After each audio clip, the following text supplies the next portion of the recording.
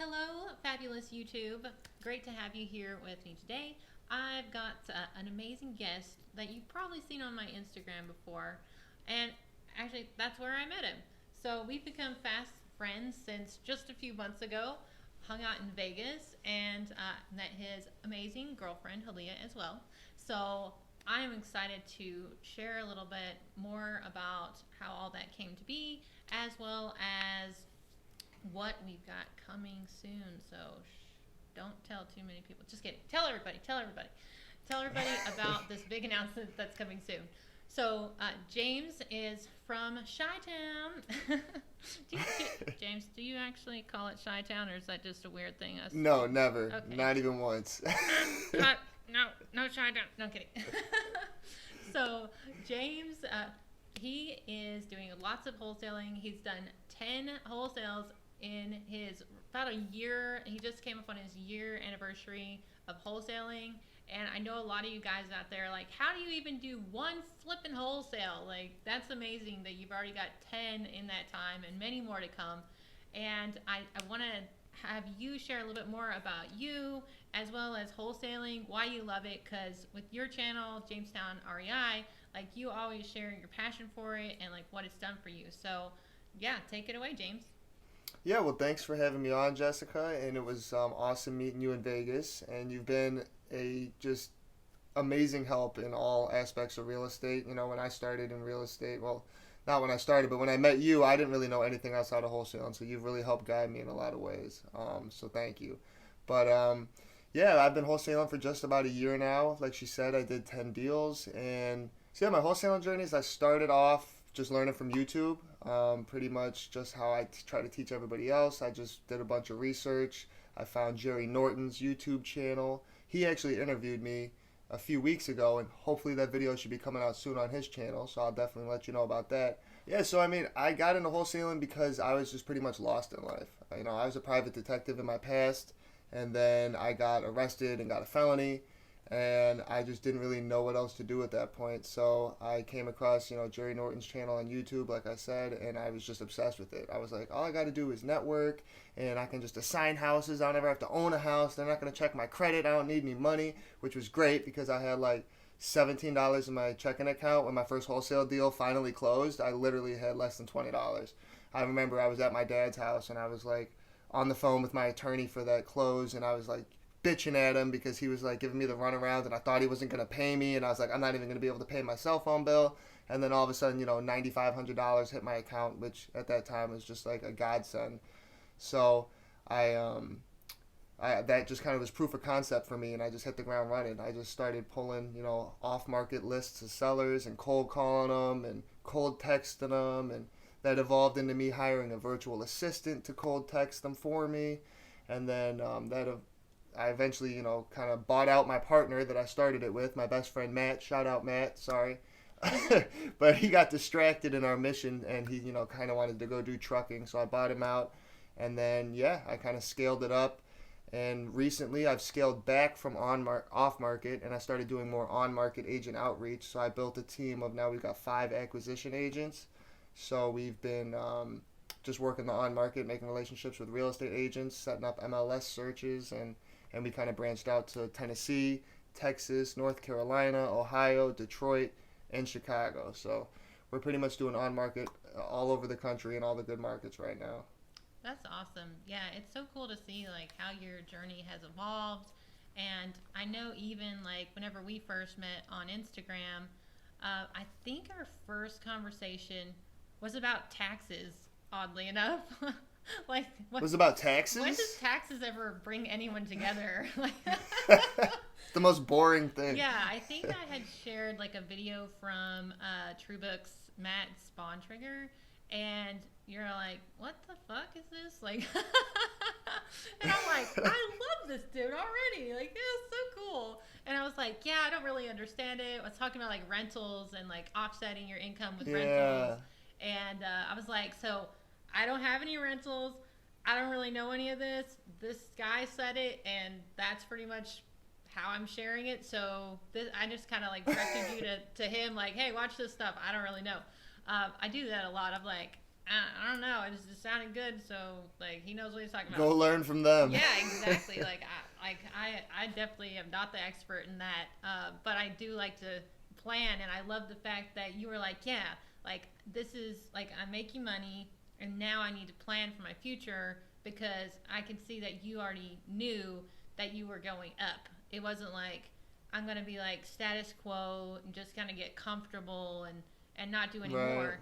And so that's kind of how, like, I was like, I told Joe, my husband, I was like, I've met this dude, he's really cool. And like, all my friends are like, you know, that usually doesn't go well when you do that, like you say that to your husband. Like, Hey, when I was telling people that this girl I met on Instagram paid for me to go to Vegas, they were all like, what? Is your girlfriend okay with that? I was like, she's paying for her to come too, guys. But like when you word those things, people are like, what does she want from you? Like, that's so weird. Like, so coming to that point. So after having like spoken with you a few times, going back and forth, and like telling Joe, like, because like it's you guys really remind me of each other, because like whenever we met, like he was like straight build hat, the chains, and like all this, and I was like dude, I was like, you gotta come check out James, look at him, he's got swag. And he's like oh, I need to straighten my bill out on my hat again, like so yeah, I was like just instant like, and then I was like, okay, I was like, dude has like a lot of hustle, a lot of grind. Like I feel like, I don't know, I was like, there was just like a connection, and just like cool or whatever. And I was going to Vegas, and you were like, yeah, I don't really like go to those things. Like, aren't they kind of scammy or whatever? And I was like, yeah. Have you ever went to one? And then that's kind of how I got to thinking, and I was like, well, I don't have like a lot of cash on me right now, but I was like, I have Tycoin, because like NFTs and stuff, and I had bought Ryan Pineda's Tycoin, I bought his Tykes, and they create Tycoin, and I was like, I'm gonna check and see if I have enough Tycoin to buy him like a ticket to go, and like Brian's gonna be blown, and it's gonna be like this crazy experience. And then like there was a couple things you're like, well, I don't know if I can because of this or that. And I was just like, well, let's solve this problem. Like, how can you fix that? How can you, like, you're like, oh, no, like, Leah's going to, like, stay in the Airbnb. I was like, no. She's not staying in an Airbnb. She's going to be bored as hell. I'm like, hey, Leah coming too. So, yeah, I mean, between you two crazy ladies, you guys basically dragged me there. I mean, she dragged me onto the plane, you bought the tickets, and then you dragged me around the event. I was so like shy and nervous because, like you said, I'd never been to a networking event. I never wanted to go to a networking event. She's always pushed me to go, and then I guess it just took one other crazy lady to team up against me and get me there. But I'm definitely thankful for it. Like you said, it was mind blowing. Like, it was crazy to be around successful people and, you know, millionaires and people that are like, yeah, I took out a loan for $100 million. I was like, wait, what? How many zeros? Like, that's freaking insane. And it just opened my mind to, like, it made me feel like I wasn't doing shit personally, which sometimes is a good feeling because it pushes you, you know? Like, if you're ever the richest and the smartest person in the room, you need to go get a different room. Yeah. When, like, the one that we went to, like, that event was even bigger than the last one I'd went to. So, like, it had grown. I think the last time it was, like, 700 people, and then this time there were literally, like, I think it was 1,100 people. Yeah, over 1,000. Yeah, it was so wild. So even for me, like, I kept telling Aaliyah, I was like, I get to bring the coolest people. And she's like, what are you talking about? She's probably like, you're crazy, girl. Now she knows me, and she knows I'm crazy, and, you know, I'm crazy, and we're just cool like that. But I'm like, yes, I'm glad you're accepting this already early in our relationship. No. But whenever we met, shout out to Oscar Mendez, because he came and he, like, chauffeured us around the whole event. Like, that was one of the things. Showed us Vegas. Yes, like, he showed us Vegas. We went to, like, In-N-Out Burger and hung out and just, like, man, I tell you that squad was so strong. I was like, man. That was amazing, dude. Between him and Greg and Nick Helms, like, we all just hung out the whole time. That one late night adventure to In-N-Out Burger with Nick Helms was, like, one of the funniest, best nights I've had in a long time. It was awesome. I know. I was like, he keeps being like, guy got shot, like, right there in that parking spot. That one right there. He was murdered right there. I was like, okay, we will not do anything to get murdered. Thank you, Nick. Yeah, y'all had me nervous. I'd never been to Vegas. I was like, am I going to die here? I'm from No, Chicago, but geez. You're from Chicago. I think it's a little bit worse. I was like, dude, how you got Chicago man over here scared? Or whenever Oscar jumped out of the car to change his coat and you thought he was going to go all Vegas shooter. I thought he was going to fight the guy that cut us off. I was like, oh, okay, thank God he's just changing his coat. Oh my gosh, yeah. And everybody there that I met thought I had an accent, which I thought was very strange too. Like, yes. Like, where are you from, man? You got a crazy accent. I feel like I talk super normal, but I guess that's not the case. I feel like you have a southern drawl, though. So a little bit, yeah, a little bit I do. Especially if I get like really chill, I just let it come out a little bit more. But yeah, sometimes I try to just be like super proper because like the stigma around Southerners is that you're kind of stupid.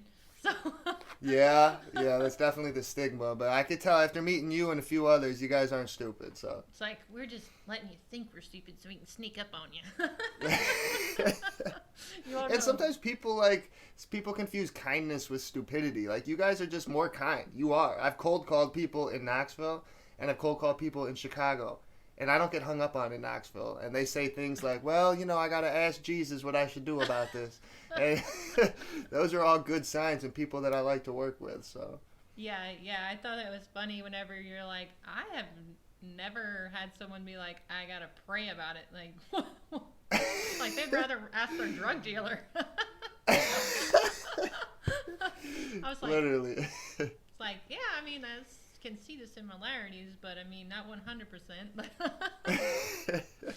But yeah, that was interesting for me to learn is like, if you are going to different markets, like say people that are listening to this and trying to wholesale or flippers that are trying to get off market deals, like if you are trying to go to a new market, you might want to partner with somebody that knows the area, or otherwise you're like, why am I like my system that I use here in this area isn't working the same? Like why not?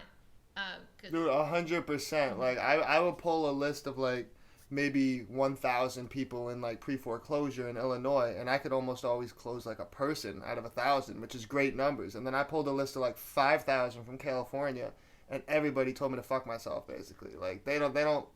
It's not the same kind of like rapport building. It's not the same kind of conversations. They're not the same kind of people. Like when I call people in Texas or Tennessee, I am different on the phone than when I talk to people in Chicago. And, you kind of have to be able to blend in and fit your surroundings to have success when you're talking to people about real estate and personal stuff like their house. Now, with the real estate, like I saw on some of your reels and we had talked that you're actually not just wholesaling now. You're actually starting your first flip, right? Absolutely, and that's also thanks to you. I mean, I I had so many questions like before I got this house that we have under contract. I didn't know like what step, when do I get the contractor to come in? I don't have it locked up yet. What do I do? And you were like, you broke everything down for me in like a stupid 7-year-old diagram that I could follow. And it was definitely helpful. It gave me the confidence I needed to know that I was at least doing the right thing. You didn't have to tell me exactly how to do everything, but you gave me the blueprint that I needed. So like I wouldn't have felt even like confident enough to go after this flip if it wasn't for you. So just another thing that you've done for me, and I appreciate. Well, I love seeing you guys do this. Like, you and Halia are such a cool team because like people aren't seeing her, but dang, is she doing a lot. Like, she's awesome, and like getting to hang out with you guys in Vegas and just kind of see how she works because I'm not like the organized person. Like, she's got like all these bullet points and all this cool stuff set up, and I'm just like, that I just like I can't even say it would take me forever to do that. I would just never do it. It would just never get done. And yeah, I mean, she organizes like all my content so well.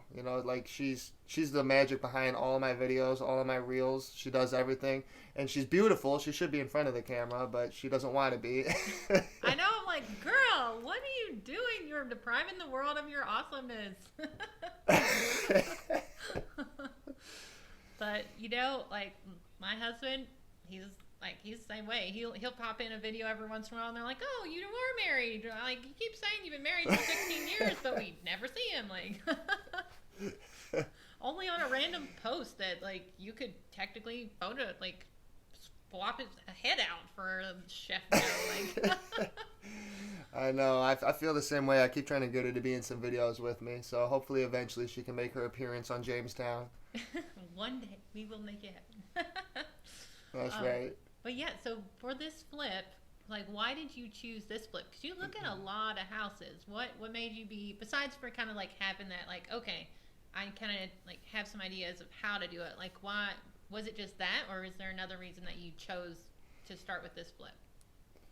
Yeah, so my attorney that actually represented me on my felony case before I got into real estate, he actually turned out to be like a real estate investor himself, and he's actually going to 100% fund this flip for me out of his pocket. So he's giving me basically 50 grand to do this flip, and this was a good starting point because it's only 50 grand for the purchase price, and the rehab budget is so cheap that we don't have to go get a loan. So obviously, as you know, without having holding costs, it doesn't matter how long it takes now. Pretty much, the property taxes are low too. So like we have a lot of stress off of our plate. We're not being rushed. Um, so those are big reasons why we decided to go with this one. But also, it's kind of close to where we live, and that's good because we're actually planning to like buy this house from ourselves with a FHA loan, make money from the flip. So we're gonna like profit hopefully 15 grand from flipping it to ourselves, and then we'll just live there for a year and then use it as a rental instead of having to get like a DSCR loan and all that stuff.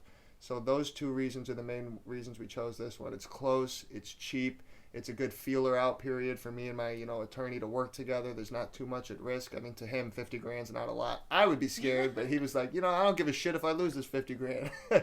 So he's like this straight Italian Dago from Chicago attorney. He's the best. I'm hoping to have him on my channel eventually so you guys can meet him. But shout out to John. But yeah, so he likes this one. I took him over there a couple weeks ago, and it needs a lot of work. But again, the house is small. It's close by. It'll be easy for me to manage. The total rehab's $27,000. It's not that much. So yeah, that's the main reasons that we decided to go with this one as our first flip. Dude, when you told me the rehab was 27,000, I was like, I just shed a tear. I was like, I'm not sure what this tear was from. Wasn't sure it was pure like jealousy or pride. Well, how much is your average rehab budget? It's got to be what, like 60, 70,000? So off the ones that I solely did, flip one ended up being 96,000. Flip two ended up being 75,000, and I think flip three was like 67,000. So yeah, I mean, wow. Yeah, like so my purchase price plus rehab is lower than all of your flips. Yeah. Even if shit goes drastically wrong, it'll still be cheaper than all of your flips. So, yep. Mm-hmm. Yeah, that's pretty incredible. I mean, I don't know if that's location because mine's not in Tennessee, which is pretty hot, but it's not in Chicago. It's like 2 hours west of Chicago in the suburbs, so it's pretty, it's not really an expensive area. Materials are kind of cheap there and all that stuff. So yeah, here like everybody's wanting to flip in Knoxville, so like materials aren't bad. It's the contractors, 100%. They know They got you by the balls. They do it. They're like, we actually had a contractor offer to do this job for like 15 grand, 10 grand or something. We didn't go with him because to me that was sketchy, but like we had all the contractors come at the same time to come look at the house, which like I looked online. Some people recommended not to do that. Some people recommended to do that. And I was like, fuck it, I'm just doing it. And it actually worked out really well because it kept everybody honest. They were kind of talking to each other, and it was just kind of like nobody was pissed off or jealous or anything. So it actually worked out pretty well. But like, yeah, some guy said he could do it for 10 or 15 grand. And I was like, you look like you might be an alcoholic. I'm going to pass. And then and then we decided to go with some guy that actually lives in the same town as me, and he's also an investor and does flips himself, so I felt like he could really see our vision. And he showed me some of the flips he did for himself, and they look exactly how I want ours to look, so I was just like, hopefully this works out for us, but we'll see. Well, that's cool. That's good. Yeah, I mean, I don't think there's a right or wrong way to do it. Like with the contractors, it's really just like what you want to do. Like I would be like, "Oh my God, I feel so bad. All these people are here." Like, that's me again. I'm like, okay, I just got to get over this. Like, Joe's always like, it's business, and I'm like, like I have no defense. Halena's the same way to me too sometimes. She's probably nicer than I am overall, but like sometimes I'd be like worried to tell people something or worried to like, do something a certain way. And she's like, you just need to do it. It's our money, it's your money. Like, you got to talk to him. You got to tell him that this is wrong. And I'm just like, yeah, I know, you're right. But, real estate's an emotional business and it's just a people business. And sometimes you get, like you said, sucked into people's stories or worried about people's feelings. And not that you should be mean or step over people or anything like that, but you got to speak up for yourself and do what's best for your business if you want to make money. Yeah, I've been getting better about that. I'm not great, but I've been getting better, even as far as like if our electrician that we had 2 holes drilled, electric already ran from our previous electrician. Like, the dude did a great job, but he got a new job, and he's like, I'm working acquisitions for some company. I can't do this. And I was like, great. So we had to scramble for another electrician. And so I'm like, all right, guy, if you just come in and put the pendant lights up and the chandelier up just before tomorrow, that'd be really great. I know that you're like 2 weeks behind already, but like if you could just do that part, that'd be awesome. We walk into the house, there's those 2 holes, and in the middle of it is a single pendant light. One in the middle of the holes. And I'm like, what went on in your brain that made you think this is right? Right. So normally I would just be like, okay, well, I don't want to make him feel bad or whatever. But I was like a little bit more stern and like, okay, there's obvious electrical lines running there. I'm not going to pay to have that hole fixed. You're going to need to pay my contractor to pay that, to fix that. And he was like, okay, yeah, just take it off my bill, whatever it is. But normally I'd just be like, we'll just suck it up. We'll just pay for it. Just ask him to fix it. No. I'm like, I've been listening to Rihanna, bitch, better have my money. And I'm like, and I'm like, yeah. I'm like, that's what I need to listen to every time I need to be bad. Pay me what you owe me. Like, it's true though. Like, you should never feel bad asking for your money back from somebody, But like, I don't know if it's the people that make you feel bad about it or it's just something internally that we have in our heads, but like sometimes you feel like the bad guy even though they're the bad guy because they're screwing you or they owe you money or X, Y, and Z. So just got to hype yourself up like you said, listen to some Riri and get it going. Yeah. So besides for Rihanna, that's like always a major life hack. But besides for Rihanna, with wholesaling, would you recommend that people get started in it? Do you think it's maybe too saturated, or do you think it's still a good opportunity? Yeah, so for like right now, I think it was getting super saturated end of 2022. It was super easy in 2022 to get deals. Like out of the 10 wholesale deals I did, they were all in 2022. I've not closed a deal since December 1st of 2022. And I've been trying. So it's been harder in 2023 with the market shift and it's caused a lot of people to quit and give up. So it's actually not as saturated currently, but even if it were, I would recommend people do it because there's not a lot of risk and there's not a lot of upfront costs. Like right now, the way we're doing marketing with only chasing on-market agents, there's no marketing costs at all. All of my acquisition agents are on commission. I don't have to pay to reach out to anybody because it's all on market. So I would recommend anybody get started like that. So there's no risk. You wouldn't need any money that way. And, it's hard work, though. It's not easy. Like, a lot of people glamorize it and make it sexy on Instagram and TikTok and all that bullshit. And it's starting to piss me off a little bit because they're always like, it's so easy. You can make $100,000 with no money and no work and you can just sleep. And Next like, week. No. Yeah, right. No, first of all, it takes 30 days to close a real estate transaction. So that's a lie in itself. And it's just a ton of work. When I was having all that success in 2022, I was putting in like 16-hour days. Like, literally. I lived with my girlfriend and we didn't talk. I was just literally at my computer working all day, every day, skipping meals. So, like, I would recommend it, but you got to be wanting to grind. If you're doing it on the side and you have a 9 to 5, you don't expect to make a bunch of money in a month or 2 months because you need to really put in the time and build your skills as well. It's hard to talk on the phone with people and cold call people and show up at people's houses and pretend you know what you're talking about. When I first started, I didn't know anything about real estate until I opened it up on YouTube and started looking into it. So, like, my first month of conversations with people on the phone, I sounded so freaking stupid. Like, what is earnest money? What do you mean close of escrow? What are these terms? Same. Like, I didn't know anything. You just got to fake it till you make it. And I just, put my little suit on and go inspect the property. Don't even know what the fuck I'm looking for. And, eventually you just get the knowledge. You get the comfortability speaking with people. And I'd say around like month 2 or 3, if you're really trying hard, then you should start seeing, profits. You should start getting things under contract. And that's not to say you can't do it in a month. I make YouTube videos and people comment on it. Well, I got my first deal in a month. Like, good for you, guy. But I'm just trying not to set everybody up to have those expectations because it is difficult. But I would still definitely recommend it because working 16 hours for yourself is better than working 8 for somebody else, in my opinion. And I've loved every second of all the hard work and all the research and all the networking, meeting people like you. It's been great. Now, I know that wholesaling sometimes gets a bad rep. Like, people don't necessarily sometimes want to work with wholesaler. They're like, why don't I just go out and get my own deal? Blah, blah, blah. Like, why do you think wholesaling maybe gets a bad rep?